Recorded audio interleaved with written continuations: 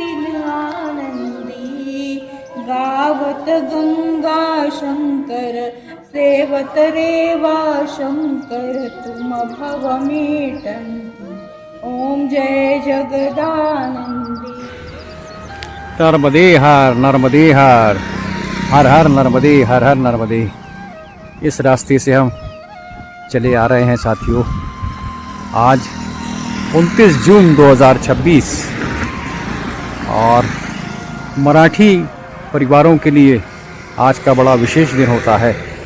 आज के दिन वट सावित्री पूर्णिमा मनाई जाती है और इसमें बरगद का पेड़, जिसको हम बड़बब्बा कहते हैं हमारे देसी भाषा में, बड़बब्बा के पेड़ में जाके टूरा बांधा जाता है 7 बार घूम के, और अपने पतिदेव के लिए लंबी आयु की कामना की जाती है और 7 जन्मों तक हमें यही पति मिले। ये बड़ा हंसी आ रही मुझे, तो यही पति मिले हमें 7 जन्मों तक। इसकी भगवान बड़बब्बा से, बरगद के पेड़ से, बरगद के भगवान बरगद के पेड़ को विनती की जाती है, प्रार्थना की जाती है और ईश्वर करे ये मनोकामना उनकी पूरी हो।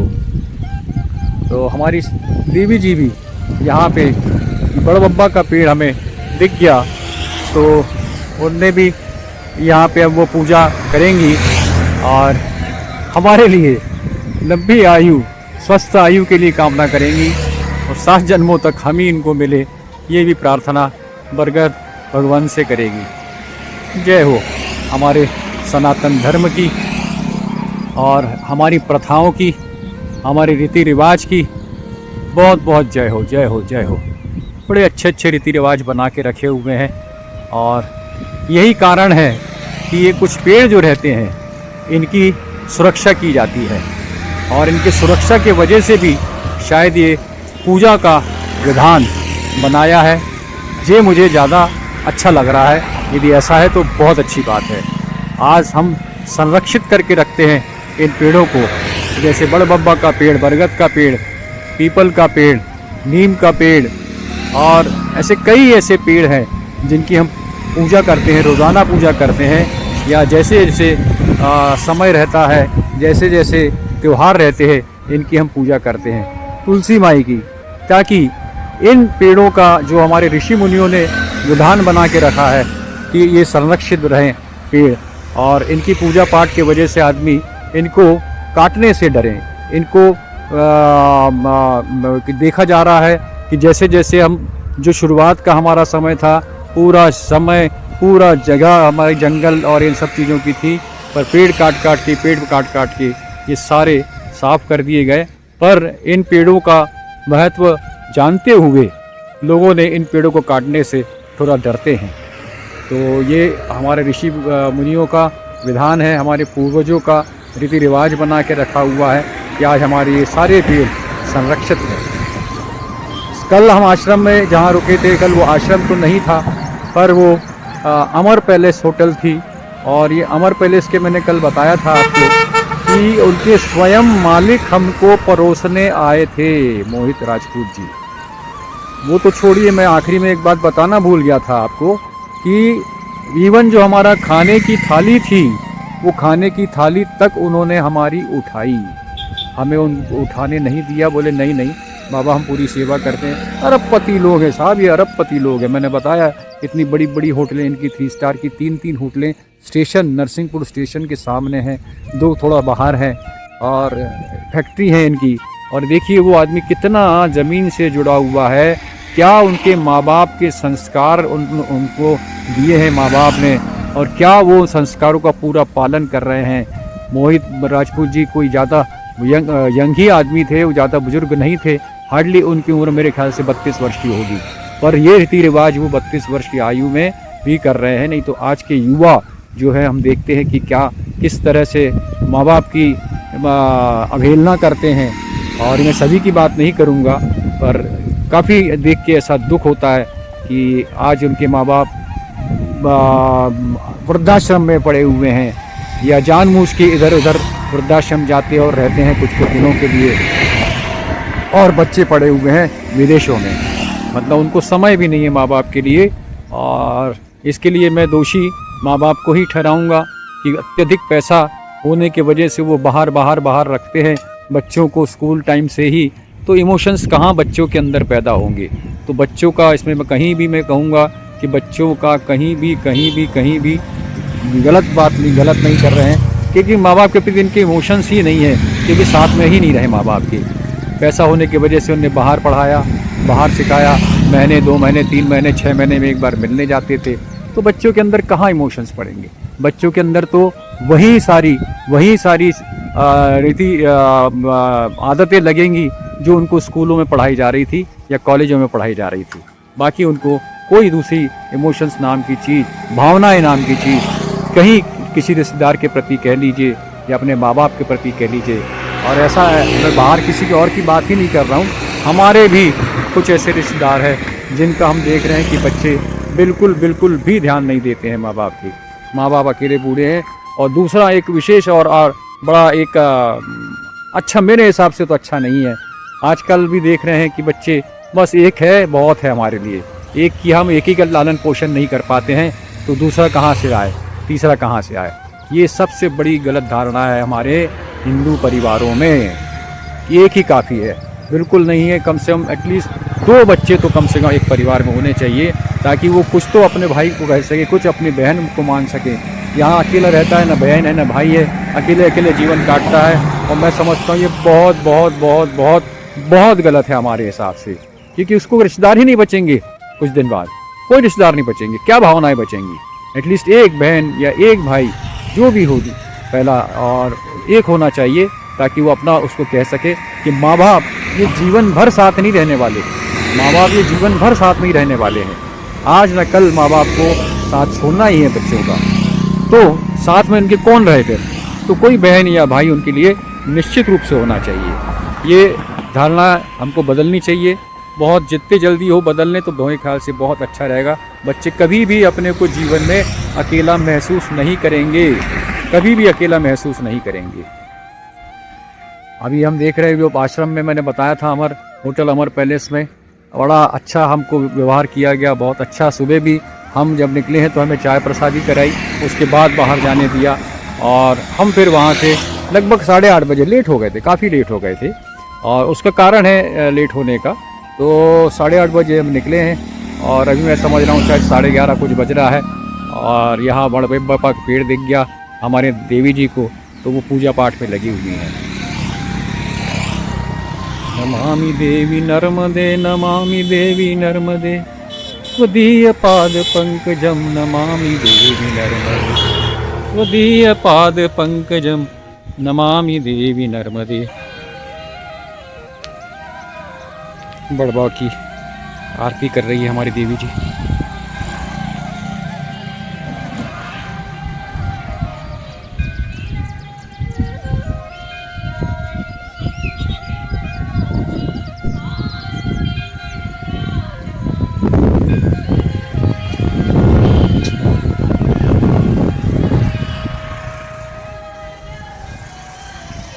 जय हो बाबा।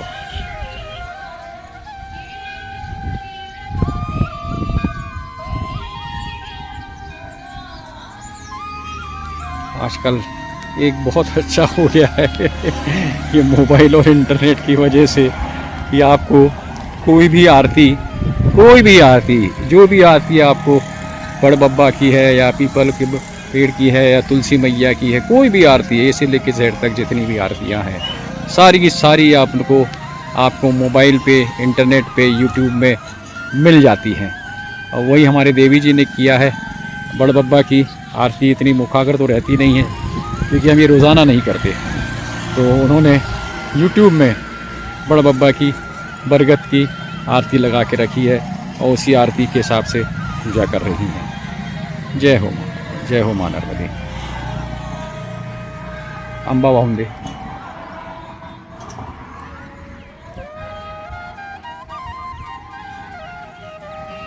समोर ठेव अंबा असा वरती।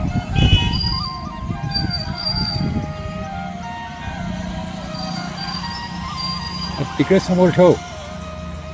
अरे राम, इथे इथे कशाला ठेवायचं? इथे ठेवला ना मी, नैवेद्य दाखवला ना इथे. इथे कशाला? जय हो बाबा. आम का प्रसाद बाबा को चढ़ाया गया. नर्मदे हर, नर्मदे हर, हर हर नर्मदे, हर हर नर्मदे, हर हर नर्मदे. नमामि देवी नर्मदे, नमामि देवी नर्मदे. त्वदीय पाद पंकजम नमामि देवी नर्मदे. जय हो माँ नर्मदे. सबकी मनोकामना पूर्ण कर, सबकी अच्छी मनोकामना पूर्ण कर. नमामि देवी नर्मदे, नमामि देवी. सभी गृहिणियों को आज के दिन की हमारी तरफ से बहुत बहुत शुभकामनाएं. माँ नर्मदा से प्रार्थना कि सभी गृहिणियों के हमारे मनोकामनाएं, अच्छी मनोकामनाएं पूरी करे. उनकी जो प्रार्थना है बरगद के पेड़ को, बड़बब्बा को, वो पूरी बड़बब्बा उनको आशीर्वाद प्रदान करे जीवन भर के लिए. नमामि देवी नर्मदे, नमामि देवी नर्मदे. त्वदीय पाद पंकजम नमामि देवी नर्मदे. जय हो माँ नर्मदे. जय बड़बब्बा की जय, बड़बब्बा की जय, जय बब्बा की जय. नर्मदे हार, नर्मदे हार. बहुत ही व्यस्ततम हाईवे है ये, जो नरसिंहपुर से निकलकर करेली, गाडरवारा और भी आगे बस जा सकती है. ज़्यादातर बसें गाडरवारा तक यहाँ से जाती है. बड़ा व्यस्ततम हाईवे. और लगभग अभी 12:45 बजा हुआ है और हमें लग रहा है कि हमें जहाँ देवरी कला विट्ठल आश्रम जाना है, मैं समझता हूँ ज़्यादा नहीं, 1-8 किलोमीटर और या आधा घंटे का हमें लगता है समय हमको और लगेगा पहुँचने में. नरसिंहपुर से अभी तक इतना हम किलोमीटर चल चुके हैं. पूरे रास्ते भर पूरा रास्ता भरा हुआ है, या तो गाड़ियों के शोरूम से, या तो किसी स्टॉक यार्ड से, या किसी गोडाउन से.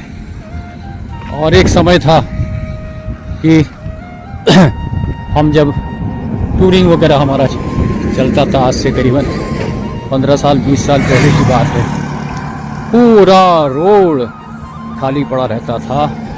और रोड की कंडीशन इतनी बुरी, इतनी बुरी, इतनी बुरी कि हम जब जबलपुर से हमको नरसिंहपुर आना हो तो हमें कम से कम 3.5 घंटा लगता था.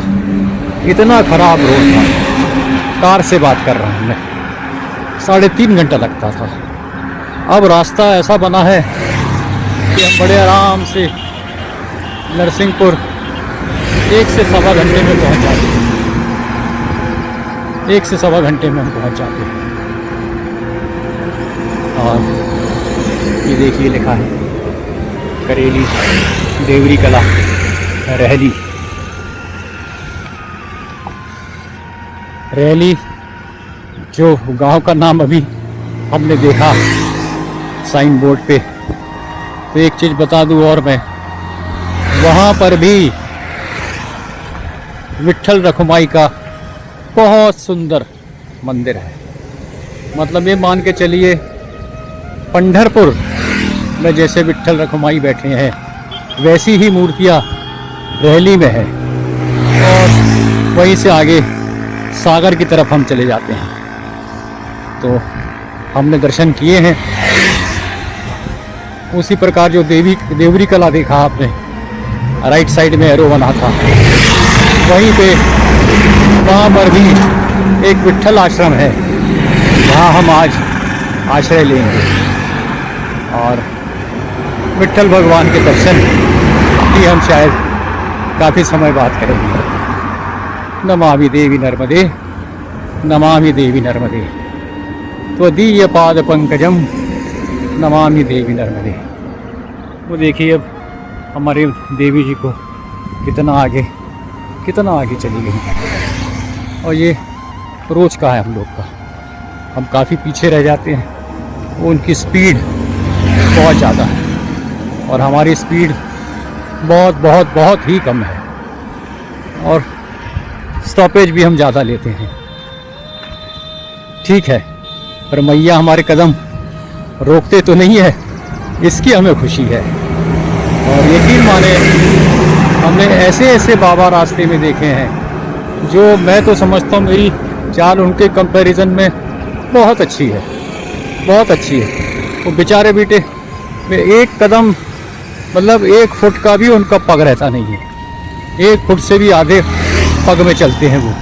और धीरे धीरे धीरे धीरे धीरे धीरे मैया उनकी भी परिक्रमा पूरी करा देती है, बिल्कुल करा देती है। बस आपके अंदर भाव हो और जिद्द हो, मैया परीक्षा लेगी। वो परीक्षा आपको जिता भी देती है, वो परीक्षा आपको वो पास भी करा देती है।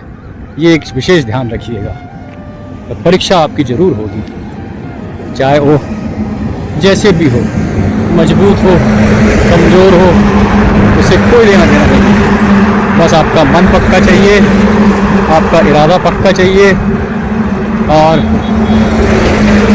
बिल्कुल जिद्दी हो आप, बहुत जिद्दी। निश्चित रूप से मैया पूरा साथ देती है। नमामि देवी नर्मदे, नमामि देवी नर्मदे, त्वदीय पाद पंकजम नमामि नर्मदे हर नर्मदे हर हर नर्मदे। जैसा कि मैंने सुबह बताया था, बहुत ही व्यस्ततम हाईवे है ये, और ये सीधे यहाँ से गाडरवारा, करेली पहले गाडरवारा पहुँचता है। व्यस्ततम हाईवे है, लगातार गाड़ियाँ 24 घंटे, रात को भी चैन नहीं। उल्टा जो बड़े ट्राला वाले ड्राइवर्स होते हैं वो रात को गाड़ी चलाना ज़्यादा पसंद करते हैं। और ये देखिए, और यहीं पे हमने सुबह जब हम निकले थे होटल अमर पैलेस में, जहाँ पे हमारा बहुत बहुत अच्छा स्वागत हुआ, बहुत बहुत अच्छा। जब जितने समय हम वहाँ पे रहे, लगातार वहाँ पे सेवादारी लोग आके हमसे पूछा करते थे, ये तो नहीं चाहिए, ये तो नहीं चाहिए, ये तो नहीं चाहिए। और मैंने बताया था वहाँ की मालिक ने स्वयं हम लोग को भोजन प्रसादी परोसी थी। इवन हमारी थाली भी उन्होंने झूठी थाली उठा के रखी थी। कितने भले लोग हैं, कितने भले लोग हैं दुनिया में। ये समझ में आता है इस नर्मदा परिक्रमा के दौरान कि कैसे कैसे मायने लोग बना के रखे हुए हैं। अपन जब उनके सामने अपने आप को देखते हैं तो बड़ा तुच्छ समझते हैं, बहुत छोटा समझते हैं, बहुत छोटा समझते हैं। हम फोकट का, फ्री का फोकट का हम अहम एक पाल के रखते हैं कि हम बहुत होशियार हैं, बहुत ज्ञानी हैं और बहुत उच्च पदों पर रहे हैं, मतलब हमसे बड़ा कोई नहीं है। सब झूठ है, सब झूठ है, सब झूठ है ऐसे लोगों को देखकर। ये मायने हमें पूरे परिक्रमा के दौरान, पूरे परिक्रमा के दौरान एहसास करा दिया कि आप बहुत तुच्छ हैं। शहरवासी बहुत तुच्छ टाइप का आदमी है। और क्या बताएं, मतलब बहुत बोलने के लिए बहुत है इस विषय पे। और पर ठीक है, सब अच्छा है। जब सवेरा हो अपन तभी मान के चलें कि भाई आप जब आपको अकल आ जाए तभी मान के चलें कि आप सवेरा हुआ है। ठीक है, माई की जय हो, माई की कृपा है कि कम से कम एहसास तो हमें कराया। और ये मैं आपको लगातार दिखा रहा हूँ यहाँ का जो हाईवे है जो चल रहा है। इस आश्रम में, ये विट्ठल आश्रम है जहाँ हमने आश्रय लिया। लगभग 1 बजे हम यहाँ पहुँच गए थे लौट, और 1 बजे हमने यहाँ पे आश्रय लिया। हमने आसन भी यही देखिए, यही बिछाया है ये आसन हमारा बिछा हुआ है बढ़िया एकदम बाहर, कहीं कोई टेंशन नहीं, कोई गर्मी नहीं। यहाँ देखिए पंखा तक नहीं लगा है, पर हम ये वातावरण का जो हवा ले रहे हैं, वातावरण की जो कहना चाहिए पवन ले रहे हैं, इससे अच्छी पवन, शुद्ध पवन कोई नहीं हो सकती है। तो ये सारा आपने देखा, ये देखिए कितनी सुंदर हवा चल रही है। क्या आपको लगता है हमें गर्मी लगी होगी दोपहर में भी? भरी दोपहर में भी हमें कहीं कुछ गर्म नहीं लगा, कहीं कुछ गर्म नहीं लगा, कोई पसीना नहीं आया, क्योंकि ये शुद्ध वातावरण की, हमारी प्रकृति की दी गई वायु है, प्रकृति की दी हुई वायु है। ये देखिए झंडा भी कैसे लहरा रहा है हमारा। और आजू बाजू देखें आप, पूरे खेत है, शुद्ध वायु से भरे खेत हैं। कहीं कोई यहाँ पे वातावरण में अशुद्धता नहीं दिख रही है। ये बात ठीक है, यहाँ से लगातार गाड़ियाँ चल रही है, उनसे निश्चित रूप से कहीं ना कहीं प्रदूषण में नुकसान हो रहा है, पर इतनी खुली जगह होने की वजह से वो कहाँ लुप्त हो जाता है प्रदूषण, आपको नहीं समझ आएगा। और हम शुद्ध हवा के बीच में जी रहे हैं। लगातार यहाँ के भीम के पेड़ ज़्यादा लगे हैं, भीम के पेड़ है, उसके बाद जामुन का पेड़ आप यहाँ से देख सकते हैं, नीम के पेड़ लगे, लगातार पूरे खेतों में ये पेड़ लगे हुए हैं। तो ये वायु को शुद्ध करने के लिए इन्हीं पेड़ों का उपयोग ज़्यादा किया रहता है। कहते हैं पीपल के पेड़ के नीचे आप बैठ जाएं सुबह के सुबह 10 से 15 मिनट, आपको इससे ज़्यादा शुद्ध वायु, शुद्ध आपको ऑक्सीजन कहीं नहीं मिल सकता है, कहीं नहीं मिल सकता। इतना ऑक्सीजन लेवल पीपल के पेड़ में रहता है। मैं आपको आश्रम का बाकी हिस्सा दिखाता हूँ। ये जो आश्रम बना है श्री विट्ठल भगवान का, तो ये विट्ठल भगवान का आश्रम कोई महाराष्ट्र के पुणे के किसी मराठी फैमिली ने बनाया हुआ है। और यहाँ पे ये बाबा लोग ध्यान रखते हैं इस पूरे आश्रम का और व्यवस्था देखते हैं और परिक्रमावासियों की सेवा करते हैं ये और बहुत अच्छी सेवा करते हैं। और पेड़ की पौधों की भी देखिए कितने अच्छे उनने हरे बना के रखे हुए हैं, कहीं पेड़ पौधे सूखे नहीं हैं। मतलब आप समझ सकते हैं लगातार आश्रम की भी सेवा में लगे रहते हैं। अभी परिक्रमावासी तो बहुत कम आते हैं, पर बाकी काम भी इनके पास बहुत से होते हैं जो ये पूरा करते रहते हैं। बहुत सुंदर आश्रम। ये देखिए कितने सुंदर पेड़ लगे हुए हैं, बिही के पेड़ है, नीम का पेड़ है, जामुन के पेड़ है, आम के पेड़ हैं, नींबू के पेड़ हैं, सारे पेड़ लगे हुए हैं। आप समझ सकते हैं कितनी शुद्ध वातावरण में हम यहाँ पे आसन ग्रहण किए हैं। महाराज जी यहाँ पे भोजन प्रसादी की व्यवस्था में लगे हैं और कक्कड़ बन रहे हैं हमारे लिए। बहुत सुंदर। नर्मदे हर, नर्मदे हर। ये गौ माता की सेवा यहाँ पे, यहाँ गौशाला है। और मैं मंदिर दिखाता हूँ आपको। ये विट्ठल मंदिर है।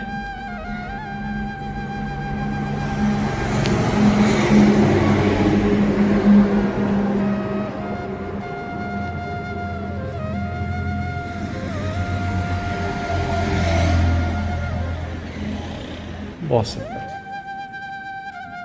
बड़ा साफ सुथरा मंदिर है। और मंदिर भी जो है वो पूरे देसी, हमारी जो फर्श होनी चाहिए वो पूरी देसी, मतलब पूरा अपना गोबर से लिपा हुआ, नीचे पूरा फ्लोरिंग है। बड़ा सुकून महसूस कराता है।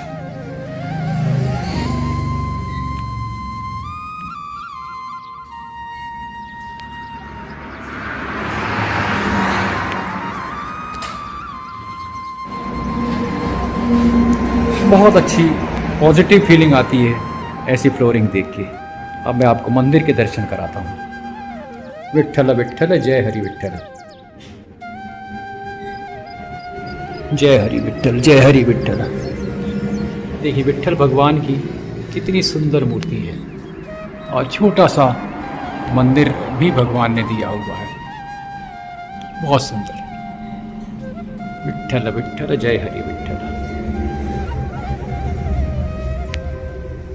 देख सकते हैं विट्ठल भगवान की मिट्टी की मूर्ति, देखिए कितनी सुंदर है। छोटी सी सुबक मूर्ति है। कितने भाव लोगों के रहते हैं।